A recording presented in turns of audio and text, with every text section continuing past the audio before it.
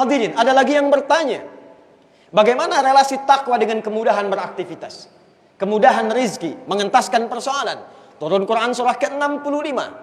Di akhir ayat yang kedua, di pembuka ayat ketiga. Wa may yattaqillaha yaj'al lahu makhraja wa yarzuqhu min haitsu la yahtasib. Man ismun mausulun yadullu 'ala al-fardiyatil 'ammiyah. Adalah kata sambung konjungsi yang menunjuk pada objek, kadang-kadang subjek secara personal. Waman, dan siapapun secara personal. Kata para ahli tafsir, kalau ada ayat turun, posisikan ayat itu untuk kita. Waman personal, hei Adi Hidayat, ayat untukmu. Hei Asep, hei Syuaib, hei Doni, posisikan untuk kita ayatnya.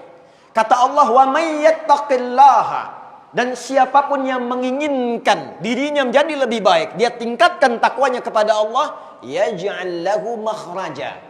Persoalan apapun yang ia alami dalam kehidupan, Allah kirimkan solusi dan jalan keluarnya. Bukan tak punya masalah. Sebelum menghadapi persoalan, Allah ringankan masalahnya sehingga seakan-akan tak punya masalah dalam kehidupan. Ada orang punya masalah serupa dengan ilmu yang gelarnya sudah banyak, jabatan yang melekat, harta yang banyak, tak mampu mengentaskan persoalan dimaksud. Orang ini dengan semangat takwanya hanya membentangkan sajadah, sujud di atasnya, memohon kepada Allah dengan takwanya, yaj'al lahu makhraja. Yang besar Allah kecilkan, yang kecil Allah tiadakan. Wa yarzuqhu min haitsu la yahtasib, bahkan tidak disibukkan dengan lelah untuk mendapatkan rizki dalam kehidupannya, bahkan Allah siapkan dari sisi yang tidak diduga. Jadi kesimpulan dia, ketika Nabi mengingatkan setiap pekan, tingkatkan takwamu dengan sungguh-sungguh, tingkatkan takwamu dengan serius.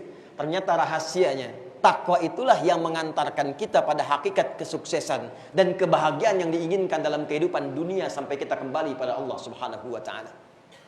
Itu yang menjadikan pendidikan Nabi kepada para sahabat, takwa sebelum ilmu, takwa sebelum harta, takwa sebelum jabatan.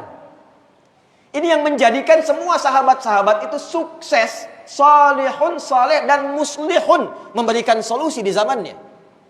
Perhatikan bagaimana sahabat Abu Bakar As-Siddiq, Utsman bin Affan, Abdurrahman bin Auf radhiyallahu taala anhum jami'an. Sebelum masuk Islam, sebelum mereka mengenal takwa, kaya, dagang, tapi kehidupannya biasa. Setelah mereka mengenal takwa, dekat dengan Allah, punya konektivitas dengan Allah, bahkan pada kegiatan yang mereka lakukan dibuka seluas-luasnya sehingga mencapai level yang tidak pernah dibayangkan bahkan hingga di era kekinian. Siapa Utsman yang bahkan setelah 15 abad dari wafatnya masih memiliki aset sekarang berwujud hotel di Madinah itu, dan hasilnya disimpan di Bank Saudi dengan namanya, disedekahkan untuk kebutuhan umat Islam di dunia ini. Abdurrahman bin Auf, dari yang modalnya hanya pakaian, dilatih oleh Nabi SAW dengan spirit takwa, mendekati Allah dengan sebenar-benarnya, haqqa tuqatih. Dihitung asetnya dikonversi setara dengan 4 miliar dolar kekinian. Hadirin, begitu pula dengan sahabat-sahabat yang lainnya. Siapa Ali bin Abi Thalib sebelum mengenal Islam, yang ketika masuk Islam Allah tanamkan percepatan pengetahuan kepadanya. Abu Hurairah masuk Islam di tahun ke-7, 3 tahun sebelum Nabi Muhammad SAW wafat. Dia memilih passion pengetahuan, belajar dengan Nabi, ketika meningkatkan takwanya, bahkan terjadi percepatan pengetahuan pada dirinya, mampu mengingat sesuatu tanpa lupa setelahnya. Takwa. Bagi yang ingin pintar, takwa solusinya. Bagi yang ingin punya kedudukan yang memberikan maslahat, takwa solusinya. Bagi yang ingin kaya dan kekayaannya bermanfaat, takwa solusinya. Dan takwa kesimpulannya adalah jalan untuk mendekat kepada Allah Subhanahu wa taala. Anda dekat dengan wali kota, Anda membutuhkan akses di Padang, bukankah cepat Anda mendapatkan aksesnya? Anda dekat dengan Allah, apa yang sulit bagi Allah untuk diberikan kepada Anda? Bukankah kita mengenal Allah Ar-Razzaq yang punya harta? Bukankah kita mengenal Allah Al-Alim yang punya ilmu? Bukankah kita mengatakan Allah Al-Fattah yang punya solusi? Lantas kenapa ketika Anda punya persoalan, Anda tidak mendekat kepada Allah? Lantas kenapa ketika Anda menginginkan rizki, Anda mesti korupsi? Anda mesti mencuri? Kenapa Anda tidak dekati Allah yang maha segalanya? Kenapa ketika Anda sedang punya masalah, larinya justru ke tempat-tempat yang melahirkan masalah baru?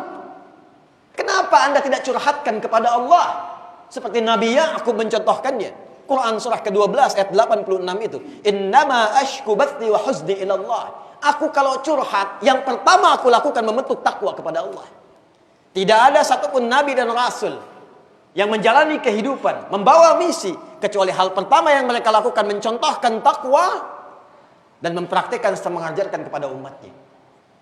Jadi ketika setiap pekan kita dikumpulkan dalam Jumat, diberikan pengingat tausiah yang pertama tentang takwa, seakan-akan memberikan kesadaran mendalam kepada kita. Hei hamba-hamba Allah yang datang ke Jumat, yang duduk mendengarkan khutbah. Boleh jadi yang datang itu ada banyak persoalan beragam yang ingin dimohonkan. Ada yang tentang bab rizki, ada babnya tentang rumah tangga, ada babnya tentang pengetahuan, ada babnya tentang aspek sosial, tentang pemerintahan. Duduk, datang, curhat sama Allah, minta. Tingkatkan takwa. Itu yang ditekankan. Dan kenapa dibuka dengan kalimat iman? Karena tanpa iman, keyakinan tanpa ragu, mustahil takwa bersemayam dalam jiwa. Kalimat takwa bukan formalitas artifisial yang hanya diungkapkan lewat lisan, didendangkan dalam setiap kesempatan, bukan. Takwa butuh iman, takwa butuh keyakinan, takwa butuh penanaman ke dalam jiwa.